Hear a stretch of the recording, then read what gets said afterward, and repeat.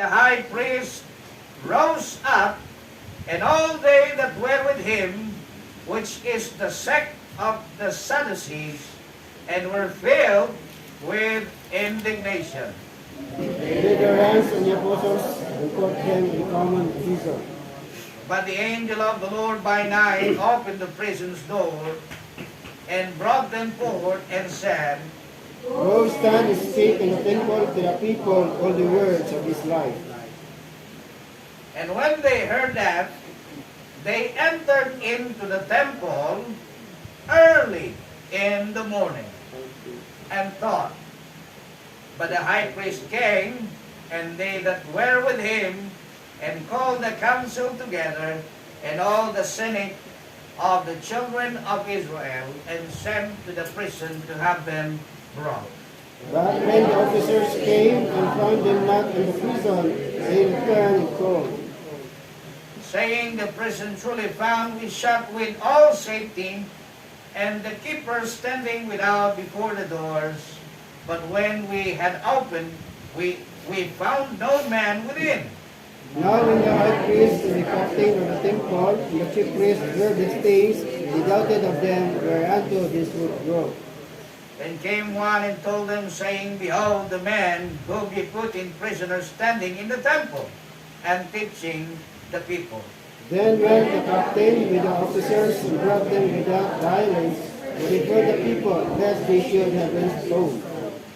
And when they had brought them, they set them before the council, and the high priest asked them, saying, Did not we straightly command you that you should not teach in this name? Behold, you have filled Jerusalem with your doctrine, and intend to bring this man's blood upon us. Then Peter and the other apostles answered and said, we ought to obey God rather than man. Amen. The God of our fathers raised up Jesus, whom he slew and hung at the tree. Him had altogether in verse 31 and 32 already read.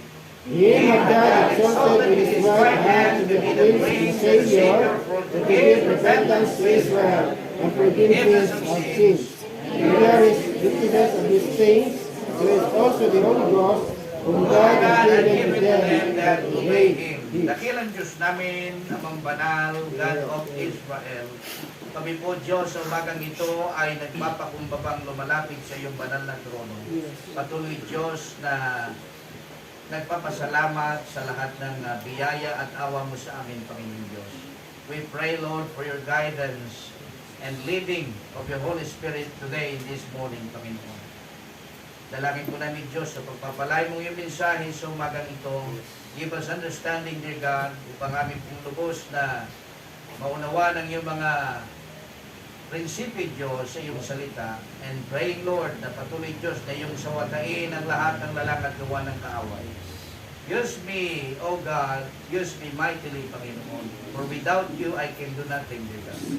Maraming salamat po, O Diyos, sa lahat. At muli, ikaw ay aming pinupuri at pinasasalamatan sa matamis na pangalan ni Kristo Jesus na aming Panginoon at tagapagligtas. Amen. You may be seated. Okay, so our emphasis in this month, mga kapatid, is about obedience. Amen? And we are continually looking forward to those principles that will help us to be obedient unto the Lord.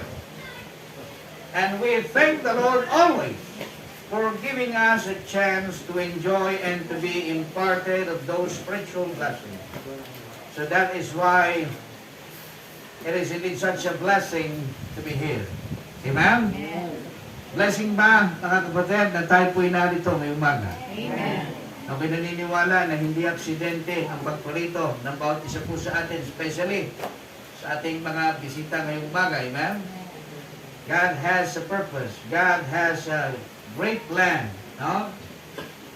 Well, as you can see in this passage, mga kapatid, the event which happened in this scenario is very impressive if we understand. No? Why impressive? Bakit ito naging impressive? Because the apostles of the Lord are very devoted to their ministry. And as you can see, despite of those opposition, persecution, and danger, still they stand to preach the gospel and obey God in His command. Hello, are you still with me? So, what will you say? No, anong masasabi natin, mga kapatid? Napakaliwanag ng nabasa po natin yung mga ito. So, those passages na nagpakita po sa atin ng kamanghamanghang testimony nito mga apostles. No, nakulong sila, nakaranas sila, na malagay sa alanganin ng kanilang buhay.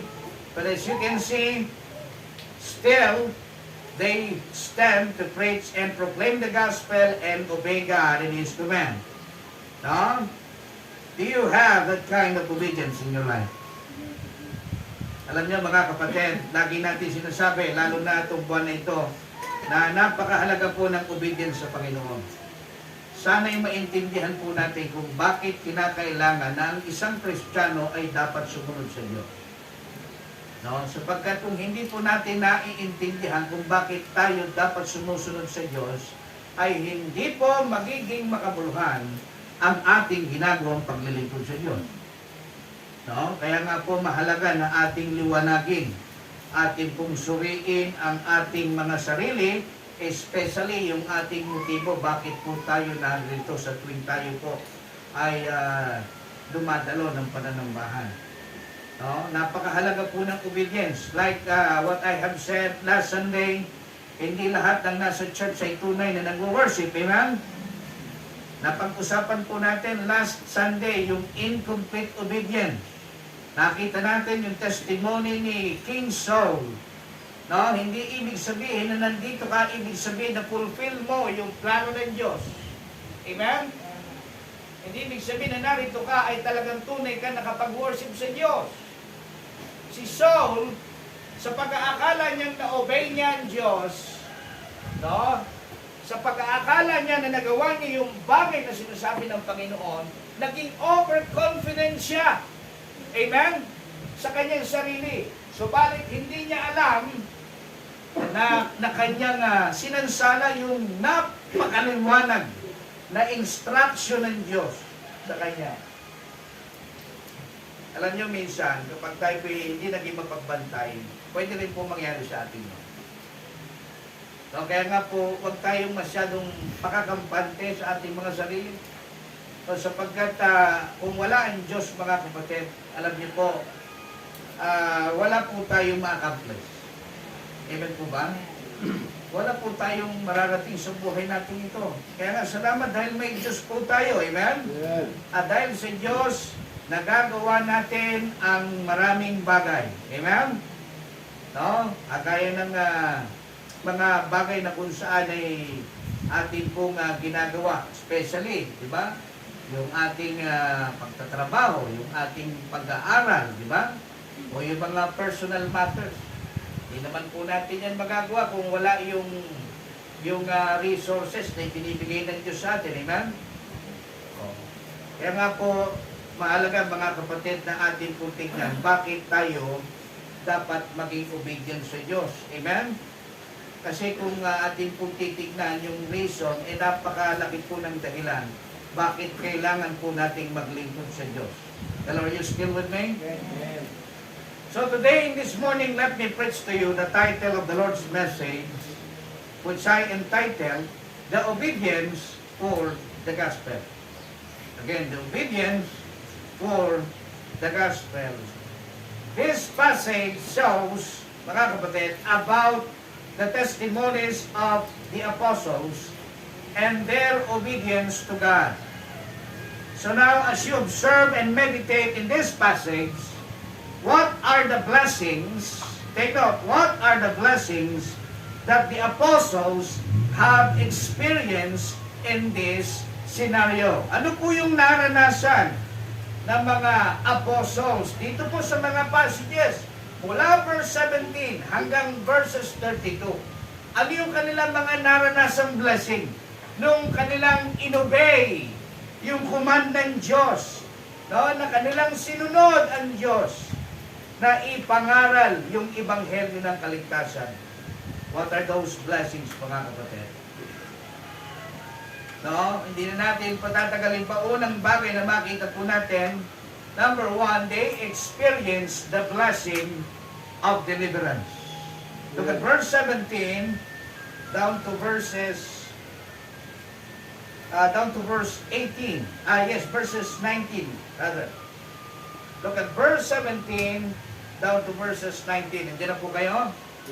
Ano po ang sabi ng Bible sa verse 17? No? Then the high priest rose up, and all they that were with him, which is the sect of the Sadducees, and were filled with indignation, and laid their hands on the apostles, and put them in the common prison. Bakit? Ano ba ang ginawa ng mga apostles at sila ay dinakip at ikinulong? Mali ba ang kanilang ginagawa? Mali ba ang kanilang isinusulong? Mali ba ang kanilang adhikain? Bakit sila ay hinulit, dinakip, at ikinulong nitong mga leaders ng mga Hudyo? Yan ang sabi niyan from verse 17 to 18. But look at verse 19, mga kapatid. Ito yung sinasabi nating na-experience ng mga apostles that night. So, what is that? Look at verse 19, please. Sabi ng Bible, but the angel of the Lord, take note, but the angel of the Lord by night opened the prison doors and brought them forth and said, verse 20, go, stand, and speak in the temple to the people all the words of this life. You see the deliverance, mga kapatid? Nakita po ninyo yung ginawang pagliligtas ng Diyos mula sa kamay nitong mga Jewish leaders. No? Iniligtas po ng Diyos itong mga apostles. Ipinadala niya yung kanyang anghel para buksan yung kulungan at sila'y palayain. Amen? Hello, are you still with me? Amen. You know, church, in this life, mga kapatid, normal po na tayo ay nakakaranas ng persecution, maging ng oposisyon kapag tayo ay naglilingkod sa Panginoon. Abay, question mark, kapag hindi po tayo nakakaranas ng mga suffering habang tayo naglilingkod sa Panginoon. Eh baka pagka ganoon, makakarpay na natin ang kaway. Diba? Pero salamat dahil yung mga bagay na kagaya nito, na mga naranasan ng mga apostol ng ating Panginoon, ay nararanasan din natin sa kasalukuyang panahon. Na minsan sa atin na mga nagbiministeryo para sa ebanghelyo ng ating Panginoon, paminsan-minsan nalalagay sa alanganin ng ating buhay. Pero hindi nangangahulugan, mga kapatid, na ang Diyos ay liko na tayo pinabayaan. Are you with me? Na minsan hinahayaan ng Diyos na maranasan natin ang bagay na ito, kagaya ng mga naranasan ng mga disipulong ito, nang sa ganun mismong ang Diyos, maipakita niya sa atin yung kanyang kapangyarihan. Yeah. Amen? Kung papaano niya tayo ililigtas.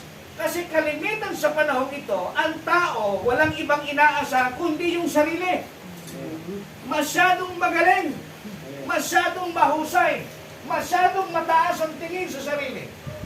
Amen? Pero dito ay ipinakita ng Diyos, mga kapatid, yung kanyang deliverance. No? At salamat, mga kapatid, dahil ang Diyos, no, dahil maganda ang ginagawa ng kanyang mga disipulo, hindi niya hinayaang mapahamak yung kanyang mga disipulo. Kaya alam nyo, ganun din po sa atin. Bilang tayo po na mga nagbiministeryo sa gawain, huwag po tayo masyadong magamba dahil hindi po tayo pababayaan ng Diyos. Nagustuhan ko yung sinabi ng isang kapatid natin No, sabi sa kanya ng misis niya, pa, bakit? Sasama ka pa ng soul winning? Eh, ang init-init na. Baka atakihin ka. Anong sagot ng kapatid natin? Ano ka pa naman, ma? May Diyos tayo. Amen. Amen? May Diyos tayo. Hindi ako pababayaan ng Diyos. Amen. Amen? Yun yung pananampalataya ng mga disipulo. Malakas yung loob nila na sila'y nangaral sa sinagoga ng mga Hudyo sapagkat alam nila na may Diyos na magliligtas sa kanila sa tiyak na kapamakan. Sa atin mga kapatid, tayo, kung nakakaranas man tayo minsan ng, alam nyo, ng difficult situation sa buhay natin, tandaan natin may Diyos tayo. Amen? At hindi tayo pababayaan ng Diyos natin. Amen. Amen? Hindi niya tayo pababayaan. He will give charge to His angels. Mga kapatid, kagaya nung kanyang ginawa rito sa mga apostles, uutusan niya yung kanyang mga anghel para tayo iligtas sa tiyak na kapamakan. Amen? Kaya kita niyo, pansinin ninyo sa araw-araw ng buhay natin. Hindi ba kayo nagpapasalamat sa Diyos? Hindi ba tayo nagpapasalamat sa Diyos na sa araw-araw, sa dami ng aksidenteng nangyayari sa labas, hindi tayo hinahayaan ng Diyos na ma-involve? Amen. Hindi tayo pinababayaan ng Diyos. Ang daming nagkakasakit, namamatay. Pero hindi po tayo pinababayaan ng Diyos. Amen. Diba? Kahit nga hindi ka matapat iniingatan ka ng Diyos. Then how much more kung ginagawa mo yung mga mabubuting bagay na para sa Diyos. Hindi ka ba niya iingatan? Amen? Hindi ka ba niya puproteksyonan? Hindi likod Diyos, mga kapatid. If you obey God, no, kagaya ng ginawa ng mga disipulong ito, God will deliver you from all danger. Tandaan po natin yan. Kaya tayo, mga kapatid, paalala lamang po, habang tayo naglilingkod sa Panginoon sa gawain, maging matapang po tayo. Lalo na kung alam natin ang ginagawa natin para sa kaluwalhatian ng Diyos. Amen po ba? Amen. Kung sa mga bagay nga na walang kwenta, ang tapang-tapang natin, di ba? Tapos pagdating sa mga bagay na para sa Panginoon, duwag tayo. Hello, are you still with me? Amen. Hindi tayo makapagdesisyon na sumulong pag para sa Panginoon, pero pag para sa pansarili, minsan hindi na tayo mag-iisip ng dalawang pag-iisip. Di ba? Pero pag sa Diyos, teka, pag-isipan muna natin mabuti yan. Ipag-pray muna natin yan. Tama naman. Di ba? Pero isipin mo, ilang buwan na, isang taon na, pag-pray pa rin hanggang ngayon. Amen? Pero yung mga bagay na kagustuhan natin pang-personal, hindi inaabot ng isang araw, basta gusto natin. Sige! Di ba? Go lang ng go. Mga kapatid, huwag niyo po ako mapagmamalian. Hindi liko ang Diyos natin. Amen? Siya matapat na nagpapala at nag-iingat po sa atin. And He will always give deliverance sa kanyang mga anak, no? Kaya nga po, yun po ang blessing na makita po natin dito na itong mga disipulo ng Panginoon, no? Dahil sa kanilang obedience, sa kanilang paninindigan, no, sa pangangaral ng ebanghelyo ng Panginoon, sila'y dinampot, ikinulong, no? Subalit ang Diyos ay nagpadala ng kanyang mga anghel, no? At sila ay pinalaya mula sa kanilang pagkakakulong. And that is the blessing na kung saan makita po natin, unang blessing na makita natin. They experience the blessing of deliverance. No? At ganun din po, mga kapatid, sa buhay natin. Sapagkat ako'y naniniwala na yung Diyos ni Abraham, itong Diyos na mga apostol na ito, ay Diyos pa rin natin hanggang ngayon. Hindi po siya nagbabago. He is unchanging God. Amen? He is immutable. Hindi po siya nagbabago. Kung ang panahon, pabago-bago, yung ating physical pabago-bago, pero yung Diyos hindi. Iba po siya. Isn't changing ka. Kaya nga hanggang ngayon, buhay tayo, di ba? Hanggang ngayon, hindi nagbabago yung biyaya na natatanggap natin buwan sa Diyos. Di ba? Salamat dahil ang Diyos ay patuloy na may binibigay sa ating deliverance. Pangalawang bagay na makita po natin yung umagang ito, what are those blessings that they experience? Look at Acts chapter 5 verse 20 to 26. Acts chapter 5 verses 20 to 26. Nung sila ay palayain ng anghel ng Diyos, makikita po natin dyan sa verse 20 na sila'y muling inatasan. Inatasan upang bumayo at muli ay ipangaral ang salita ng Diyos. Sa verse 20. Sabi dyan, ng anghel ng Diyos, go, stand and speak in the temple to the people all the words of this life. Look at verse 21. Ito po yung isang pinakamagandang attitude kung makita natin sa mga apostles. Look at verse 21, please. Nandiyan na po kayo? Ano po ang sabi ng verse 21? Sabi diyan, and when they heard that, nung marinig nila yung bagay na yon, ano sabi diyan? They entered in to the temple early. Amen? Early in the morning. And taught. You see that? Nung marinig nila yung bagay na yon, sila'y humayo at muling bumalik sa templo ng maaga. Hindi huli. Amen? Hindi tanghali. No, maaga silang pumunta ng templo at muli ay nangaral at nagturo ng ebanghelyo ng ating Panginoon. Kaya nga sabi diyan sa verse 21, but the high priest came, and they that were with him, and called the council together, and all the senate of the children of the Israel, and sent to the prison to have them brought. Sabi diyan, no, hindi makapaniwala itong yung mga priest nung makita sila muli kinabukasan sa templo na nangangaral at nagtuturo ng ebanghelyo.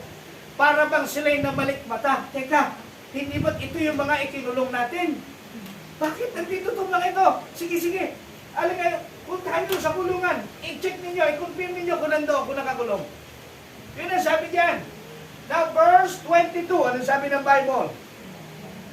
But when the officers came and found them not in the prison, they returned and told. So pagdating nung mga inutusan doon sa kulungan, sa jail, nakita nila, teka, wala nga nakakulong dito. Diba? Nung nakita nilang walang tao sa kulungan, agad silang bumalik at sinabi yung balita na wala roon yung kanilang mga ikinulong. Amen? And in verse 23, anong sabi po dyan? Saying, tingnan niyo po yung sabi rito saying, the prison truly found we shut with all safety. You see that? With all safety, and the keeper standing without before the doors. But when he had opened, we found no man within. Yun ang blessing, mga kapatid. Amen? Dahil may deliverance ang Diyos. Now, ano yung blessing? Pangalawang blessing na makita po natin dito. Because of their obedience. No? Number 2, they experience the blessing of good courage. Amen? Biniyayaan sila ng Diyos ng tinatawag na good courage. Amen? Kaya, nung sinabi ng anghel sa verse 20 na, go, stand and speak in the temple to the people all the words of this life, maaga pa lang, maaaring hindi pa sumisikat yung araw, nasa templo na sila at nangangaral ng ebanghelyo. Amen. Amen? Nandoon na. Why? Because of that good courage na ibinigay sa kanila ng Diyos. Kaya mga kapatid, alam ninyo, kailangan po natin yan sa ating ginagawang paglilingkod sa Panginoon. Kailangan natin yan sa ating ginagawang pagmiministeryo sa gawain ng Diyos. That good courage, mga kapatid, lalo na sa panahong ito na ang mundo'y pasama na ng pasama. Kailangan po natin ang good courage. Bakit good courage? Sapagkat merong tapang na wala sa lugar. Amen? Ang good courage ay galing sa Diyos. Pero maraming matatapang na nagsasabing matapang sila pero duwag pagdating sa Panginoon. Amen? Are you still with me?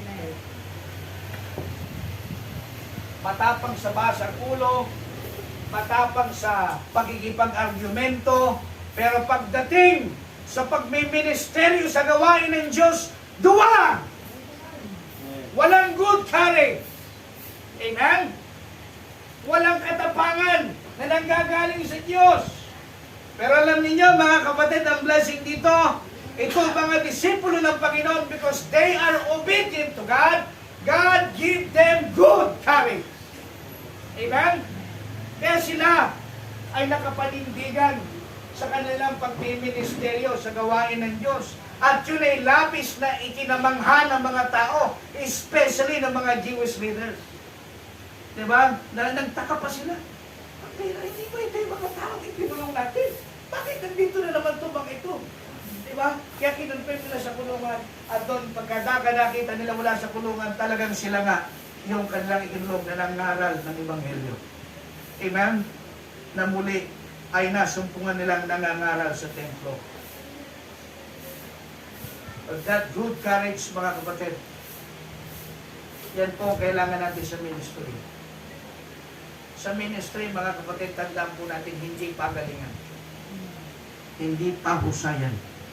Amen? Sa ministry, patinuan. No? Yan ang kailangan natin sa ministry.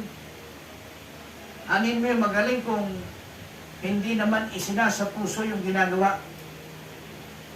Diba? Umaawit sa choir, wala sa puso. Nagsisimba, wala sa puso. Amen? Daig pa tayo ng tao na kahit na hindi mahusay, hindi magaling, subalit nandun yung puso sa gawain ng Diyos. Diba? Na talagang ibinibigay yung best sa Panginoon. At hindi mangyayari yung mga kapatid kung tayo po ay walang good courage. Kasi sa panahon ito, mga kapatid, sasabihin ko po sa inyo, talaga napakarami pong resources ng Diablo. No? Especially sa inyo, mga kabataan. No, napakaraming bagay na gagawin si Satan para kayo ay ilayo sa Panginoon. Hello, are you with me, young people? Maraming gagawing alternatibong paraan si Satanas para ilihis ang inyong kaisipan sa salita ng Diyos. Kaya alam nyo ba na sa panahong ito, maraming kabataan ang rebelde sa magulang, hindi marunong sumunod sa magulang, lapastangan, diba? Naturingang mga nasa Panginoon na nagsasabi, subalit hindi makita yung kapangyarihan ng Diyos. Hindi makita yung liwanag ng Diyos. Alam niyo, kagaya po ng lagi natin sinasabi, hindi magiging makabuluhan ang lahat ng ating ginagawa kung ang ating ginagawa ay hindi para sa Panginoon. Ano man ang pinagkakabalahan natin ngayon sa buhay natin ito.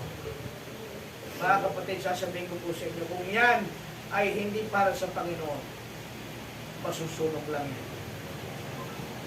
Ye shall suffer loss, sabi ng Bible. Kaya alam nyo, mga kapatid, sa lahat ng ating gagawin, mahalaga na ang bawat bagay idinededicate natin sa Panginoon. Ina-acknowledge natin ang Diyos, Lord, tama ba ito? Panginoon, ito ba'y biblical? Ito ba'y sinabi mo? Ito ba'y dapat kong gawin, Panginoon? Hello, are you still there? Mahalaga ang obedience sa Panginoon, mga kapatid. At ang blessing kapag tayo ay nagiging masunurin sa Diyos, binibigyan tayo ng Diyos ng good courage. At yung good courage na yan, ang kakailanganin natin sa ating pagpapalaot sa gawain ng Diyos. No? Sapagkat sa panahon ito, maraming tao ang tutuyain tayo sa ating pananampalataya. Lilibakin nila yung ating pananampalataya. No? Mararanasan natin na babaskusin tayo ng ibang tao. Dahil naninindigan tayo sa ating pananampalataya. Pero kung wala kang good courage, kapatid, isa lang ang mangyayari. Titigil ka sa iyong pagmiministeri sa Panginoon. Kaya kailangan natin ito.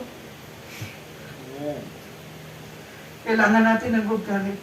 Estudyante ka man, ikaw ay working people, maraming tao na hamakin ang pananampalataya natin. Mga kapatid, manindigan po tayo sa Panginoon. Ipaglaban natin yung pananampalataya niya. No? Dahil merong good courage na binibigay sa atin ng Diyos.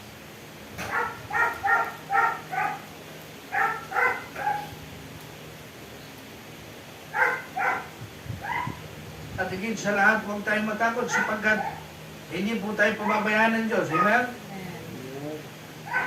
Ililigtas tayo ng Diyos. Mayroong deliverance palagi ang Panginoon. Kaya salamat dahil nakikita po natin yung testimony ng mga apostles kung papaano sila nanindigan sa gawain ng Panginoon. At na-experience nila ang mga blessing na ito. What else, mga kapatid? They experienced the blessing of deliverance. Number 2, they experienced the blessing of good courage. Number 3, look at Acts chapter 5, verse 27 to 29. Verse 27 to 29, nandiyan na po kayo. Ano po ang sabi ng Bible sa verse 27? Look at the Bible, please. Sabi yan, and when they had brought them, they set them before the council. Nakakasunod po tayo. No? Again, and when they had brought them, they set them before the council. Sapagkat nung sila'y nasumpungang nangangaral doon sa templo, muli ay inaresto sila, subalit wala nang kasamang pananakit. No? Kasi yung una, merong ginawa na violence sa kanila. Diyan sa verse 17, talagang sapilitan silang dinala. No? Doon sa tinatawag na hukuman para litisin. Pero dito, sabi diyan sa verse, look at verse 26, bago verse 27. Anong sabi po diyan? Then when the captain with the officers and brought them without violence, for they feared the people, lest they should have been stoned. Natakot sila kasi yung mga tao na kung saan ay nakapakinig doon sa Ebanghelyo ay talagang tunay na naniwala at nanampalataya sa kanilang pangangaral. Now in verse 27, no, sabi niyan, and when they had brought them, they set them before the council, and the high priest asked them, ito pong sabi ng high priest sa kanila, verse 28, saying, did not we straightly command you? Please take note of this, mga kapatid. Again, ito pong sabi ng high priest, did not we straightly command you that ye should not teach in this name? You see that? Hindi ba't mahigpit naming sinabi sa inyo, ipinagbilin sa inyo nung kayo ay aming ginagip, nung kayo ay aming ikinulong, na huwag na ninyong ipapangahas pang ipangaral yung doktrina o yung pangalan ng taong yan. So, sino ba yung tinutukoy dyan? That is the Lord Jesus Christ, mga kapatid. Tuloy po natin.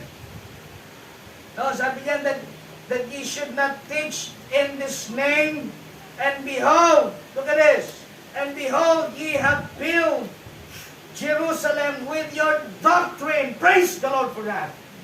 Amen? Salamat sa Diyos. Dahil nakita niyo po, mismong doon ang galing sa mga high priest na halos kabuuan ng Jerusalem, diba, ay na-impluensyahan na ng Ebanghelyo ng ating Panginoong Jesucristo. No? Dahil sa kasipagan, kasigasigan at paninindigan ng mga apostol ng ating Panginoon. No? You have filled Jerusalem with your doctrine and intend to bring this man's blood upon us. No? Sapagkat sa kanila talagang hindi po nila pinaniniwalaan na si Kristo ang Mesaya. No? At hanggang ngayon, maging sa panahong ito, inaantay pa rin nila yung Mesaya na dumating. Pero hindi nila alam na yung Mesaya ang inaantay nila ngayon ay dumating na. Nag-ascend na at muling babalik. No? Subalit sa pagbabalik ng Panginoon, no, sila'y kanyang hahatulan, sabi ng Biblia. Kasi ang unang pagdating dito ng Panginoong Jesucristo, sabi niya, look at John chapter 3 verse 17 please. Ipitin niyo po yun, babalikan natin yan. John chapter 3 verse 17. Nandiyan na po kayo. Ano sabi niya? For God sent not His Son into the world to condemn the world. You see that? To condemn the world, but that the world through Him might be saved. Yan yung first advent ng Panginoon Jesucristo. Yung kanyang unang pagparito sa lupa. Ang kanyang layunin na hindi upang hatulan ng sanlibutan, kundi iligtas ang sanlibutan sa pamamagitan niya. Subalit, sa kanyang pagbabalik, no, kanyang hahatulan, no, ang buong sanlibutan. Kaya nga po mga kapatid, sa pagbabalik ng Panginoon ay mahalaga na tayo po ay maging handa, no, at atin pong tiyakin ang ating mga sarili sa Diyos. So again, ipagpatuloy po natin ang pagbabasa, verse 29. Nung sinabi ito ng high priest dito sa mga disipulo ng Panginoon, ano ang sinabi ng mga disipulo ng Panginoon sa pamumuno ni Pedro? Look at verse 29, please. Ang sabi diyan, Then Peter and the other apostles answered and said, We owe to obey God rather than man. You see that? We owe to obey God rather than man.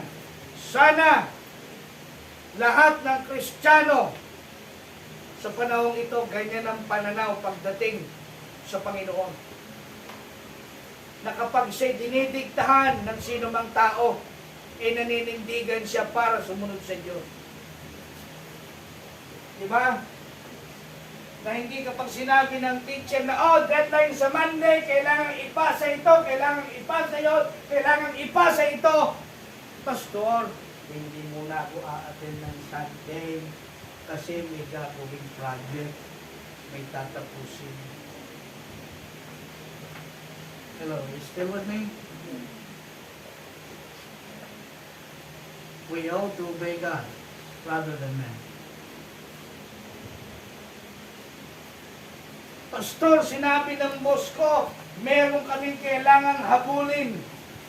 Meron kaming kailangan tapusin dahil may darating na Amerikano, Koreano, Indiano, Afrikano, lahat. Diba? Bicolano, Ilocano, ano pa? Kaya Pastor, sorry, hindi muna ako aaten.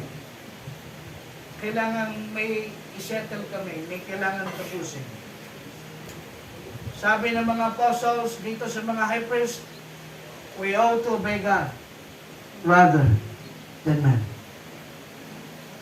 Ulitin ko po mga kapatid, muli sa pangalawang pagkakataon. Ano mang bagay na ginagawa natin sa buhay natin ito, Kung yan ay hindi para sa Panginoon, sayang lang. Masusunog din yan pagdating ng panahon. Pero lahat ng ating ginagawa, kay malaki, kay maliit, kung yan ay para sa Diyos, hindi po yan masusunog. Aanihin po natin yan pagdating ng panahon. Kung hindi ka naniniwala, it's up to you. May kanya-kanya tayong pananagutan sa Diyos. Amen? Hindi ko kayo pipiliting maniwala. Bible lang nagsabi niyan. Amen? I am just a preacher. Kapatid. I just preach the Word of God. Kaya mga kapatid, ngayong umagang ito mahalaga na maintindihan po natin kung gaano po kahalaga itong tinatawag na obedience sa Panginoon.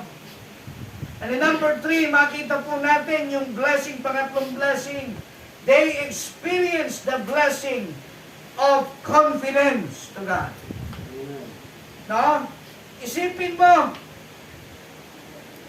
nandiyan ka, di ba, sa hukuman ng mga Hudyo, at ikaw ay kanilang nililitis. Pero, tingnan nyo mga kapatid, ang pagsasalita nitong mga apostol sa pangunguna ni Pedro, na wala silang pag-aalinlangan na kanilang sinagot ang katanungan nitong mga high priest na ito sa verse 29. No, sabi ng Bible again, then Peter and the other apostles answered and said, we ought to obey God rather than men. Mga kapatid, ang Diyos kailanman hindi nagkamali. Amen? Ang tao pwedeng magkamali. Ikaw pwedeng magkamali. Ako pwedeng magkamali madalas. Pero ang Diyos kailanman hindi siya nagkamali. Because our God is God of no mistake. No? Tandaan po natin yan. Our God is the God of no mistake. Kailanman ay hindi nagkamali ang Diyos.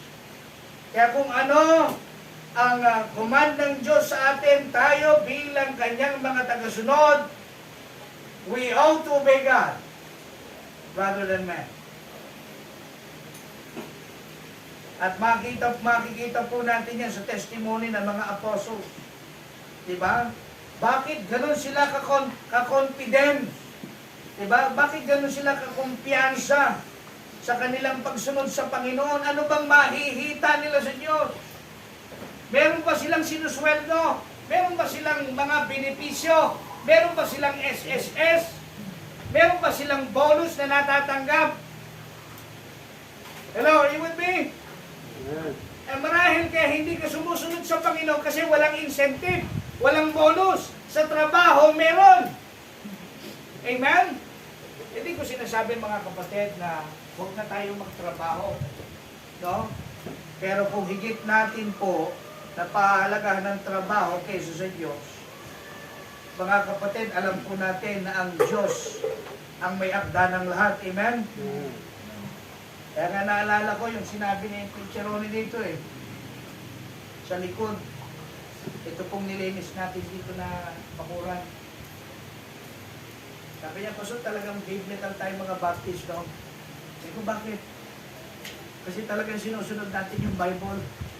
Paano mo nasabi? Kasi di ba sabi ng Panginoon kay Joshua, go ye and possess the land. Yung ginawa natin, Pastor, pinoses natin itong lupang ito. Di ba? Because that time, ganun yung command ng Diyos, di ba? O, sige, possess niyo yan. Kapag sinabi ng Diyos na i-possess niyo yan, ibig sabihin, ibinigay ng Diyos yun sa Israel. No? Nakuha ko yung kanyang punto, no? Sabi ko, maganda yung kanyang no? Pero ganun pa man, sa panahon niya, siyempre, may gobyerno tayo. No? At meron tinatawag na kanya-kanyang pag-aari. No? Pero tayo naniniwala na mayaman ng Diyos natin. No? At alam po natin na ang Diyos ay may perfectong plano para sa kanyang gawain. Alam nyo mga kapatid, magpatuloy lamang po tayo sa Panginoon. Ako'y naniniwala na one of these days, ipagkakaloob po sa atin ng Diyos yung hinihiling po nating property. Amen? Ano sabi ng Bible? And let us not be weary in well-doing, for in due season, we shall reap if we faint not. Amen? Oh. Kaya blessing na tayo pinagpapatuloy, naninindigan, sumusunod sa Panginoon. Dahil ang pagsunod sa Panginoon may blessing po yan. Kaya na nakita po natin, di ba? Merong blessing of deliverance, good courage, confidence, di ba? Ibig sabihin, angat po tayo mga kapatid sapagkat meron tayong Diyos eh. Amen? Na nagbibigay po sa atin ng mga katangian ito. Alam niyo po ba na kahit sino mang matalinong tao, kung hindi gugustuhin ng Diyos na bigyan ng mga katangian ito, hindi sila magkakaroon. Pero kung tayo, na mga nasa Panginoon, ay magiging masunurin at atin pong gagawin kung ano yung atas sa atin ng Diyos, ma-experience po natin itong mga blessing na ito. Diba? Oh, bibigyan tayo ng Diyos ng deliverance, good courage, nandun yung confidence. Amen? Kaya salamat dahil sa araw pong ito, meron tayong confidence. Amen? Na tayo po ay nagwo-worship sa Diyos. Amen? Meron po ba kayong confidence? No? Kasi kung wala, ibig sabihin, hindi kayo sigurado sa Diyos na sinasamba ninyo. Amen? Oh. Kung wala kayong confidence, sigurado ba kayo sa Diyos na sinasamba ninyo? Hello, are you still with me? Ako, sigurado ako sa Diyos na sinasamba ko. Amen? How about you? Sigurado ka ba? Meron ka bang confidence? Kilala mo ba ang Diyos talaga? Kasi kung kilala mo ang Diyos, nandun yung confidence. Amen? Oh. Salamat dahil meron pong blessing na kung saan tayo po'y matatanggap when we obey the Lord in His command. No? Kagaya po ng mga apostles. Kaya, again, no? Nakita po natin yung napakagandang paninindigan po ito ng mga apostles. And I pray mga kapatid na maging sa atin pong buhay ay makita po itong paninindigan ito, itong confidence na ito. No? Sana hindi lamang po sa mga pansariling bagay tayo kumpiyansado. Dapat lalo tigit sa mga bagay na para sa Panginoon. Yeah. Diba? Kasi minsan ang lakas ng loob natin kung pensado tayo na gawin yung isang bagay kahit na hindi naman sa Panginoon. Diba? Pero bakit pag sa Panginoon minsan, teka muna, pag-usapan muna natin, pray muna natin yan. Eh yung pagpara sa pansarili, hindi mo na pinagpe-pray eh. Sige, tara, gawin na natin yan. Oh, magkano ba? Diba? Ano ba kailangan natin gawin? Pagpara sa sarili. Pero pag para sa Panginoon, Pastor, meeting muna tayo. Pag-usapan muna natin yan, pag-pray muna natin sa Panginoon. Diba? Pagkabat tama naman po yung mga kapatid. Pero nasa yung kumpiyansa natin sa Diyos. Diba? Sigurado ba talaga tayo sa Diyos na sinasamba natin? Kilala mo ba talaga ang Diyos? Hello, everyone, may? Baka amen tayo ng amen, hindi natin kilala ang Diyos talaga. Oh. Diba? Alam mo ba na ang yung Diyos siya'y makapangyarihan? He is a omnipotent God. He is all-knowing God. Amen? He is omniscient. He is everywhere. No? He is omnipresent. Dapat kilala natin yung Diyos natin na pinaglilingkuran. So kaya minsan, alam nyo, hindi natin masyadong pinahahalagahan ang mga bagay na para sa Panginoon. Kasi nga, minsan hindi natin talaga tunay na kilala yung Diyos na pinaglilingkuran natin. Pero kung makikilala natin yung Diyos na pinaglilingkuran natin, magiging kagaya tayo ni Abraham, ni Moses, at ng mga Old Testament saints na sumunod sa Panginoon. Bakit? Kasi kilala nila ang Diyos. Amen? Ikaw, kilala mo ba ang Diyos? Sila kilala nila ang Diyos. Ikaw, kilala mo ba ang Diyos? Ako, kilala ko ang Diyos ko. How about you today? Do you know your God?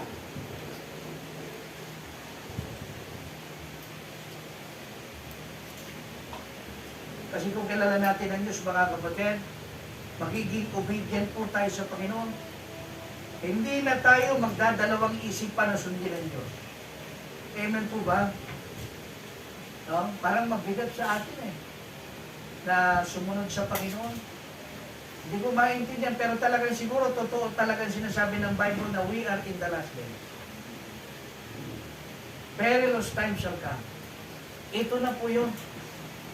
Men shall be lovers of their own self, covetous, boasters, blasphemers, diba? Disobedient to parents. Ano sabi sa verse 5? Having the form of godliness but denying the power thereof. Kaya nga po mga kapatid, madalas po natin sinasabi ito, hindi lahat ng nasa church tunay na ligtas. Hindi porkit nagsisimba ka, akala mo ligtas ka na. Hindi po nakakapagligtas ang pagsisimba. Amen? Kung ang tinitignan mo lang ay ang iyong relihiyon para ikaw ay maligtas, I am sorry to tell you, hindi ka kayang iligtas ng relihiyon mo. Religion can save. Even good works can save. Because only the Lord Jesus Christ can save. Kaya sabi ng Bible, walang ibang pangalan sa silong ng langit ang tanging makapagliligtas, kundi ang pangalang Jesus. Oh, that's why He said, I am the way, the truth, and the life. No man cometh unto the Father but by me. Amen? Not religion, not good works, not morality. Amen? Kahit mayaman ka, walang kwenta ang kayamanan mo. Pag namatay ka na makasalanan, sa impyerno ka pupunta. Sinasabi ko po sa inyo ito. Amen? Hindi porque tumutulong ka sa kapwa mo, nagbibigay ka ng kung ano-ano, no? At ikaw ay involved sa mga charity institution, na sinasabi, nagbibigay ka ng kung ano-ano, nagdodonate ka, maliligtas ka. Hindi po. So kahit yung pagbibigay sa church, hindi po nakakapagligtas yan. Amen? Oh. Kahit nagbibigay ka ng offering mo, ng tithes mo, ng first fruit mo, kung hindi ka naman ligtas, impyerno ka pa rin. Yung mga kapatid, mahal ko po kayo sa Panginoon. Kailangan nating i-evaluate ang ating kaligtasan. Dahil bukas, maaaring huli na.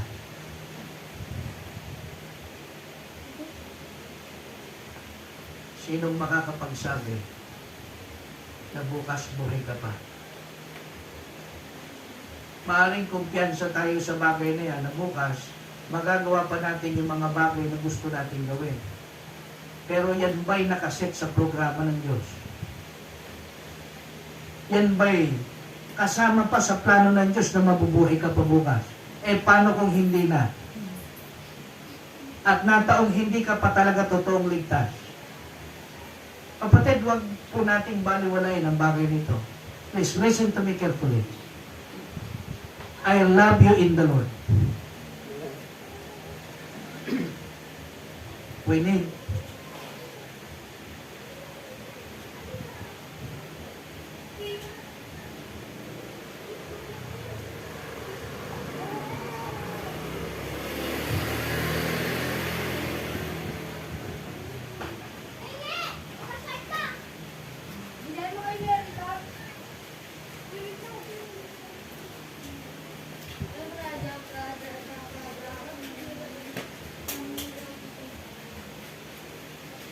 We need to be sure about our salvation.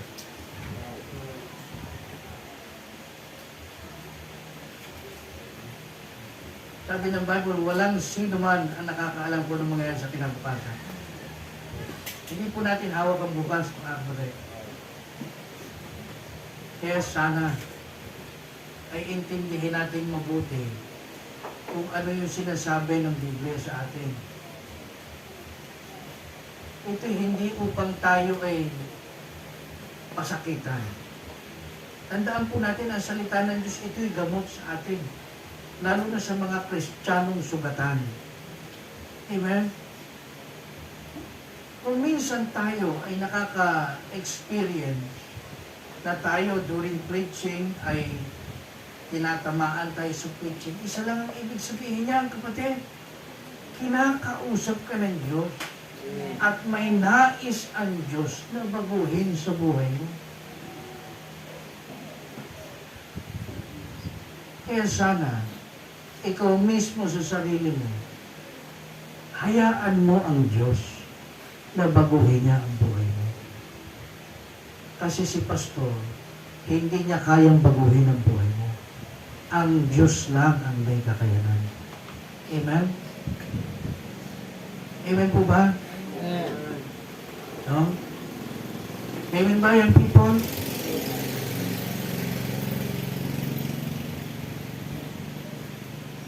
Kaya mahalaga po na ating pong bulahin maigi yung ating pong ginagawang panglilingkod sa Panginoon.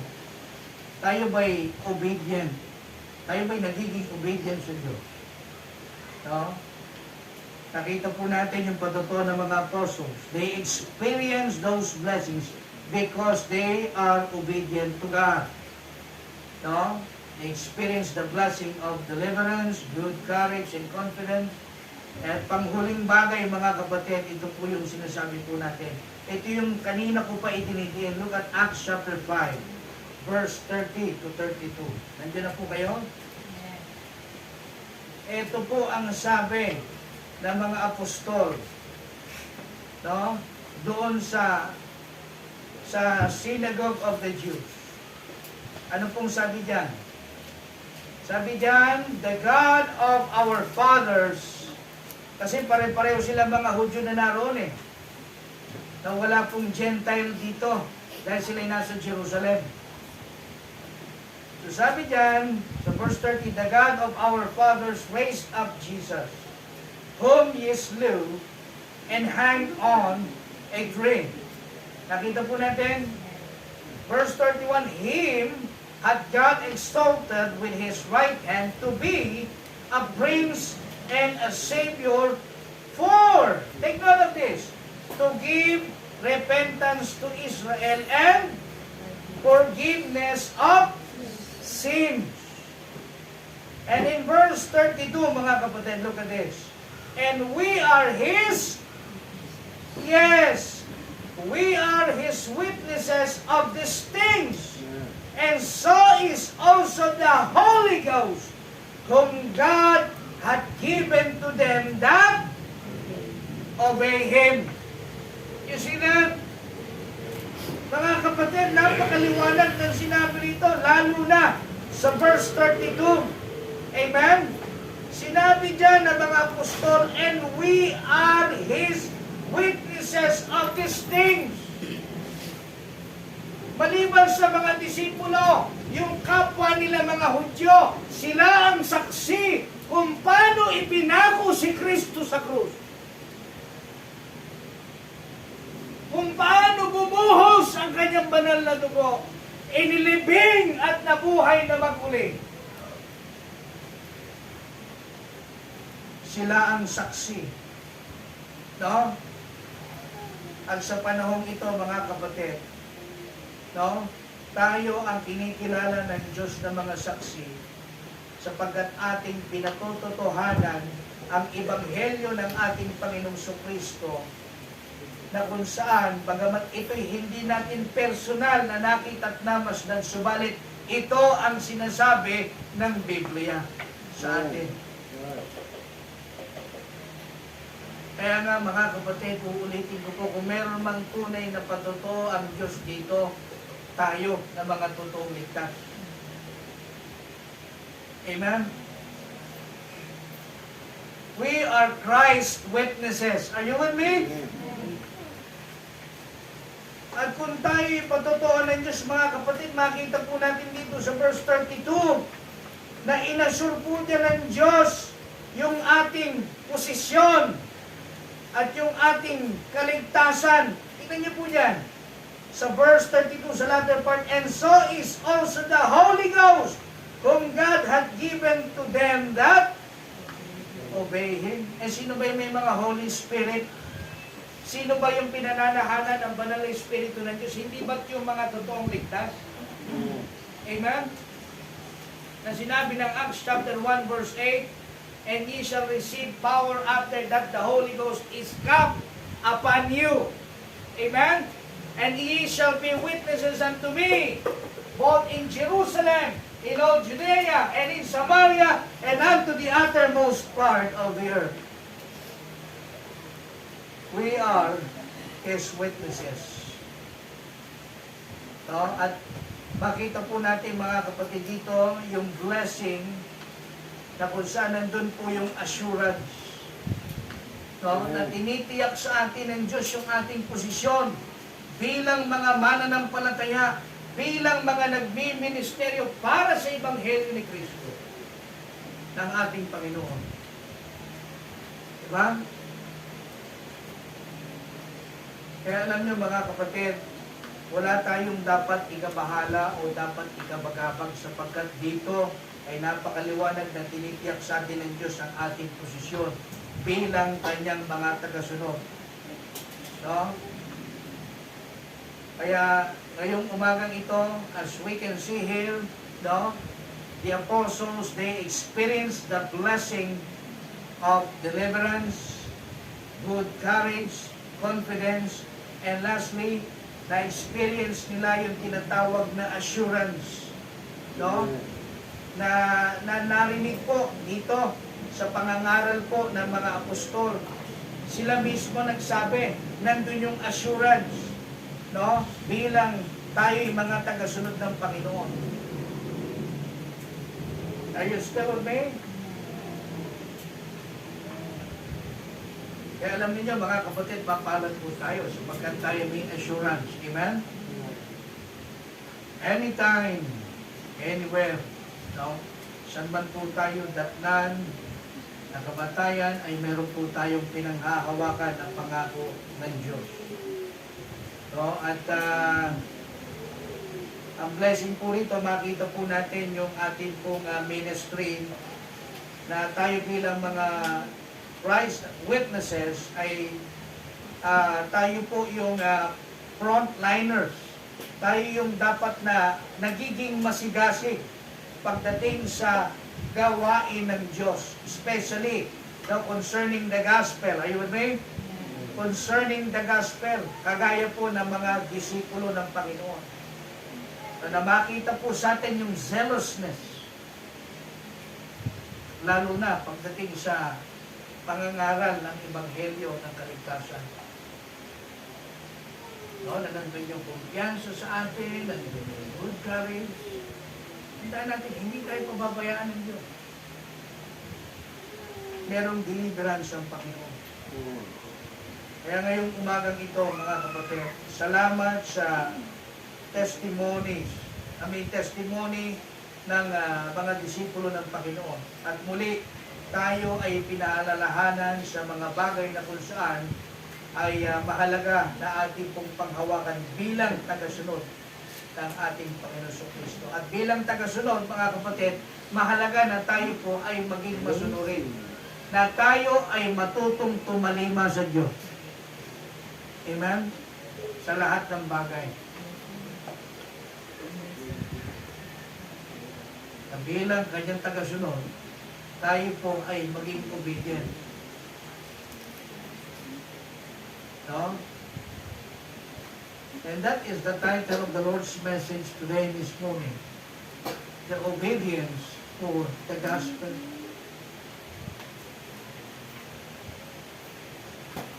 Kaya sa ating pong pangangaral ng Ebanghelyo, mga kapatid, huwag po tayong matatakot. Manindigan po tayo, amen? Maging kumpiyansa tayo. Lalo na pagdating sa soul winning. Diba? Oh, mga estudyante, pag sa school, ang galing-galing natin mag-report. Pag sa soul winning, hindi marunong mag-share ng gospel. Diba? During soul winning, imbis na mag-soul winning, sila ang nag-uusap, nagkukwentuhan. Diba? Alam niyo mga kapatid, dapat sa lahat ng bagay, ano man ang ginagawa natin kung yan ay para sa Panginoon, dapat isinasa puso natin. Amen? Even today, this morning, we came here to worship the Lord. Amen? Kaya itong bagay nito dapat isinasa puso natin sa Diyos. Amen? Dapat tama yung intensyon, yung motibo natin, bakit tayo narito. Paulit-ulit na nga po natin yung nababanggit sa preaching, di ba? Minsan nakakasawa na nga eh. O nagsasawa na sa bibig ni pastor. Di ba? Pero wala po tayong magagawa mga kapatid. Yun po ay kailangan nating matutunan. No? Na kung saan maging tama po yung ating motibo, yung ating intensyon, lalo na pagdating sa pananambahan. Amen? Kaya salamat sa salita ng Diyos na patuloy pong nagpapaintindi sa atin kung ano ba dapat talaga yung ginagawa po natin bilang isang mananampalataya. Amen? Dahil ayaw ng Diyos na tayo po, pagdating sa spiritual, maging ignorante po tayo. Diba sinabi ni Pablo yan? For I would, sabi roon ni Pablo, sapagkat ayoko mga kapatid na kayo maging ignorante pagdating sa mga spiritual na bagay. Diba? Kaya nandun lagi sumusulat si Pablo. I think that is 1 Corinthians.